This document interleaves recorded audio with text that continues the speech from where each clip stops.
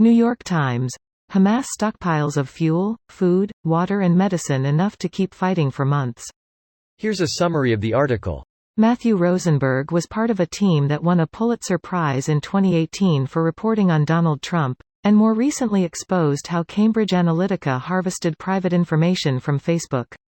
He previously spent 15 years as a foreign correspondent in Asia, Africa and the Middle East, and was expelled from Afghanistan in 2014 because of his reporting. Maria Abby Habib is an investigative correspondent based in Mexico City, covering Latin America. She previously reported from Afghanistan, across the Middle East and in India, where she covered South Asia. A version of this article appears in print on October 28, 2023, Section A, page 9 of the New York edition with the headline, "As Gazans Scrounge for Necessities, Hamas Sits on a Rich Trove of Supplies." This post received a score of 14,000, with an upvote ratio of 83%. Here are the top comments in response to this article. It's only like 2 more paragraphs. But here's the whole article text for those who are curious. Whoa, they're treating the hostages better than their own people. The Palestinian civilians are only important to Hamas for 3 reasons. 1. The young men can become Hamas fighters. 2. The women can birth more boys to be Hamas fighters.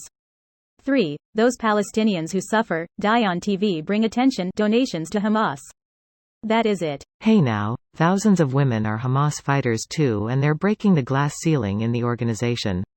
Yay for equality? But do their families get the same martyr payment? Is there a gender pay gap? This guy is asking the right questions. No supplies for their civilians, but they can jihad for months. And that's somehow declared Israel's fault by lots of countries?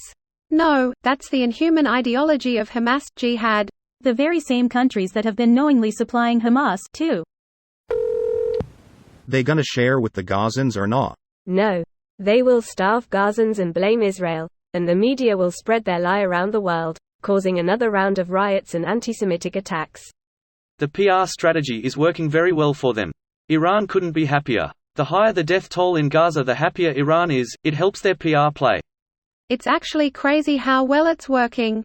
The Western left went from not giving a fuck about the Middle East to supporting a terrorist group in literally 24 hours. And I'm an American lefty. Because the people on the far left are extremely anti-West to the point any cause that has any semblance Western money, resource put into it, will earn their scorn. Just ask any tankie about the Russia-Ukraine war or Taiwan or Hong Kong. They've got such a hate boner for the West that I've seen a godless amount of progressive leftists straight up spew anti-Semitic dog whistles during this escalation in the guise of anti-Israel rhetoric. Then you ask them, does Hamas care for human rights? They just want to exterminate anybody that's not a Sharia law-following Muslim, it seems like, and they go, this didn't happen in a vacuum. They're fighting a war. When your entire political ideology is about hating the West for hate's sake, then inevitably you'll start cheering on the fascists and terrorists. The thing is, this whole situation is extremely nuanced. They are right that this didn't happen in a vacuum. The issue is not being able to see the nuance and not understanding that you can support the right for the end of Israeli oppression of the Palestinian people and support the end of Hamas at the same time. The sooner we get rid of Hamas, the sooner the international community can intervene to give more rights to Palestinians and the less Palestinians suffer at their hands. This video was automatically created by Reddit to speech. The article and comments in this video were selected from Reddit according to their upvotes, and any paraphrasing was performed by smmry.com, without any human intervention.